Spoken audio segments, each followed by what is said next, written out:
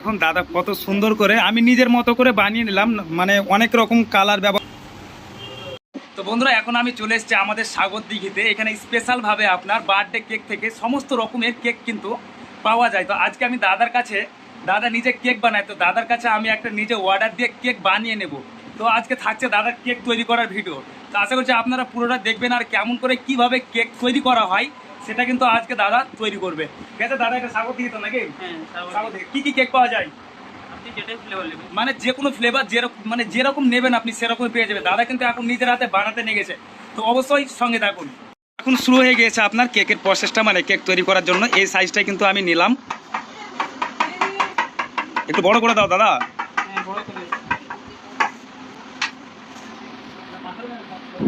কি বলে?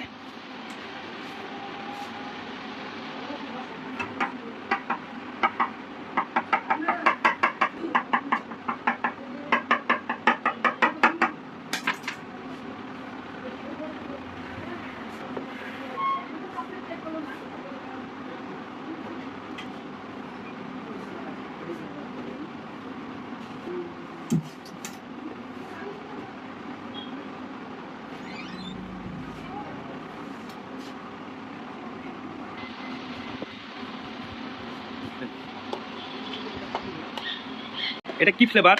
এটা বাটারস্কচ। বাটারস্কচ।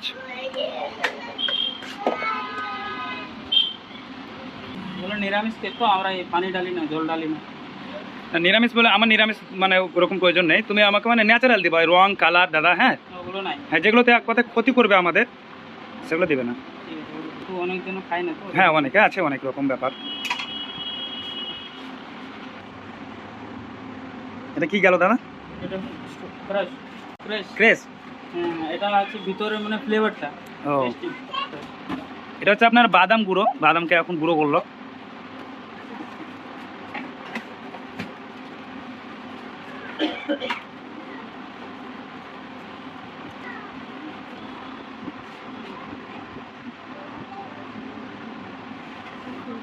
নাম কি বল সুহানা ভাই?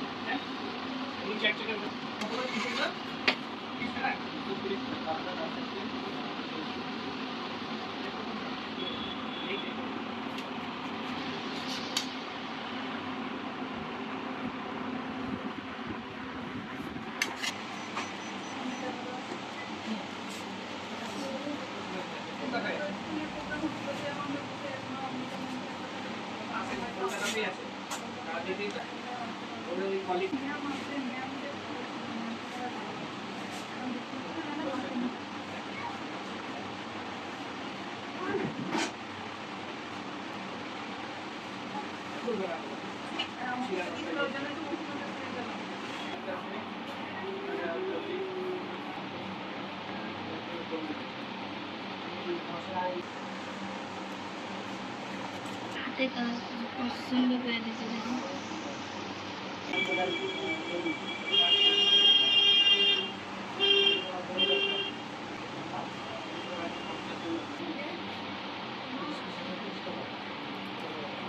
তাহলে স্প্রিঙ্কল